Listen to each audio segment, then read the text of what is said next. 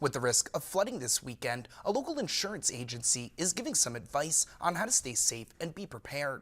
Ryan Fitzer, the owner of Interstate Insurance Agency, recommends that families should build an emergency kit and have a communication plan. For those that live in a flood-prone area, Fitzer says people should also get as many items off the floors as possible in case there is flooding that gets into the house. He also recommends that people take pictures before and after of their homes in case they are damaged by the floods. Obviously, we want to get everything off high ground that could be in danger and where the water could get into.